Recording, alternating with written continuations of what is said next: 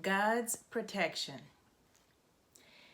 In Revelation chapter 12, verses 1 to 6, it says, "A great sign appeared in heaven, a woman clothed with the sun, with the moon under her feet, and a crown of 12 stars on her head.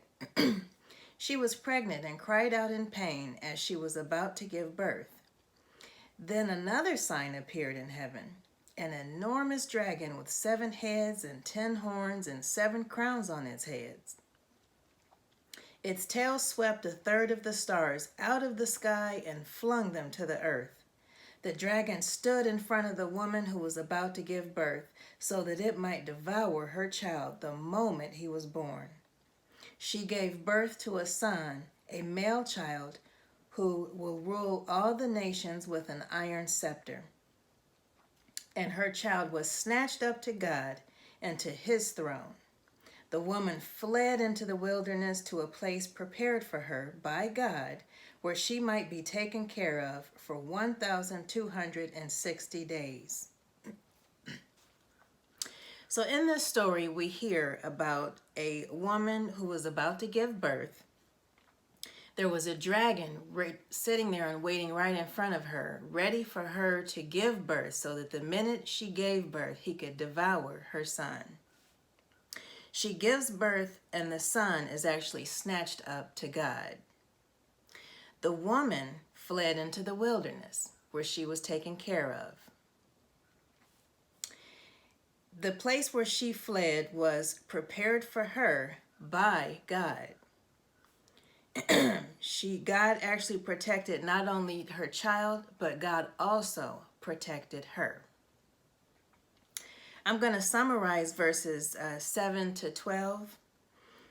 A war broke out. A war broke out in heaven. The dragon was fighting the angels that were in heaven, and the dragon lost his battle, which was Satan, and he got hurled to the earth. Now I'm going to pick up in verses 13 to 16. When the dragon saw that he had been hurled to the earth, he pursued the woman who had given birth to the male child.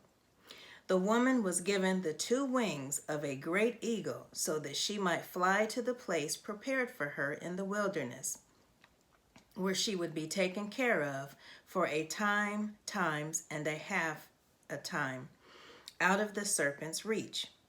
Then from his mouth the serpent spewed water like a river to overtake the woman and sweep her away with torrent.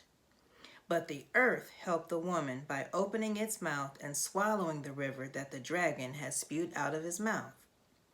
Then the dragon was enraged at the woman and went off to wage war against the rest of her offspring, those who keep God's commands and hold fast their testimony about Jesus.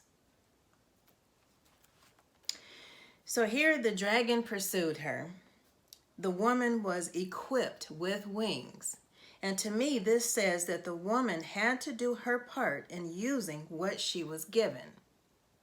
We have to do our part in using what we are given. And this is also a part of God's protection for us. So if we all have hands, eyes, and a mouth, we should use what we have. The dragon turns into a serpent. So they go back and forth saying the dragon and then the serpent and then the dragon.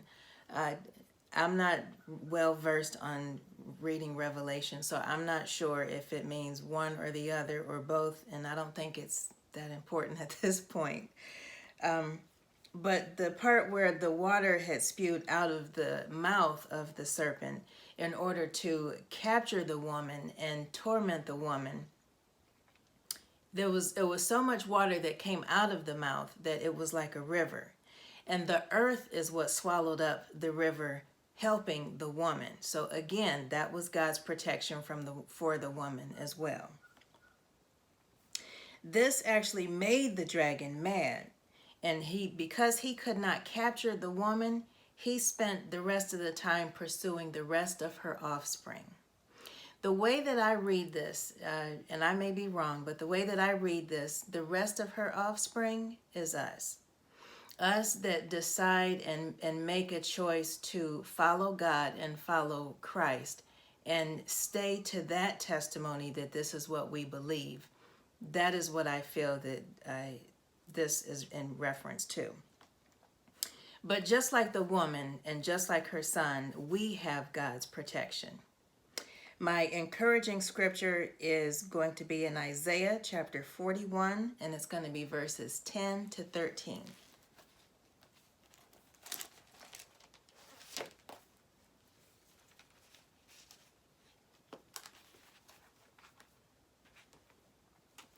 So do not fear, for I am with you. Do not be dismayed, for I am your God. I will strengthen you and help you.